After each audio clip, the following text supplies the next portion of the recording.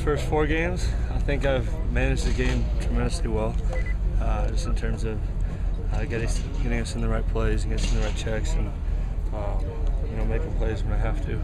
I think I can be more consistent, just in terms of whether that's third downs or putting the ball in the end zone, just making sure that we are always moving the ball.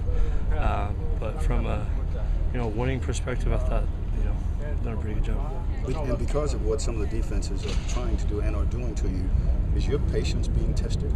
Absolutely, and this is not a year for me to start complaining about stats or anything like that, because if we're winning, then I'm perfectly happy. And if we're running the ball for 300 yards, then I'm perfectly happy.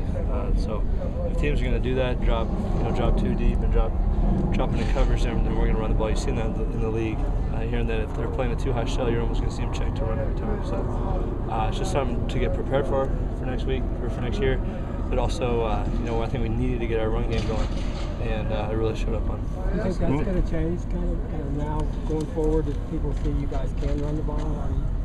Yeah, hopefully they notice that, and hopefully we're consistent in that aspect of our game in terms of running the ball, just making sure that we are both capable of passing and running. Is this off time now, this time down, is this coming at a perfect time for you? I think it's good for our team to kind of regroup and get back at it, but it's good for a lot of the younger guys too, who are starting to get the hang of things, but for them to get an extra week on top, it's a time for those guys to get reps, a lot more reps than normal during practice, to get somewhat of a game-like experience under their belt. So if they do have to go in, they're working great. Lane said he get Abe Markle get the veteran, one more veteran. What? Repeat that? What did it mean to have Abe Markle as a veteran in that offensive line? He did a pretty good job. There were times that could have asked for more for him, but for his first full game like that, I thought he did well. Just got to make sure that the guys.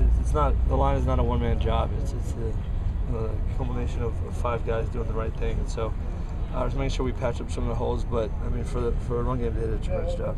Lane said he talked to you and Marquise and Robert and Curtis and Silas about this whole notion of winning being more important than the individual stats that you put up. Do you recall? Yeah, he doesn't have to tell me that. I don't care about that.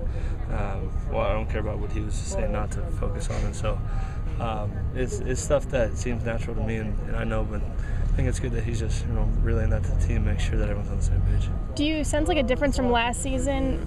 Because he said in the offseason he decided to make a conscious effort this year to celebrate winning with you guys. Do you see a difference in him from this season to last season? I think we did a good job last year of celebrating wins. I think he's doing a better job of celebrating with the defense, to tell you the truth, and applauding them when they do a great job. Him being an offensive mind and the offensive coordinator and offensive head coach, it can be hard, for him, because he is focused on the offense most of the time. But he's been doing a great job of making sure we include them in all wins.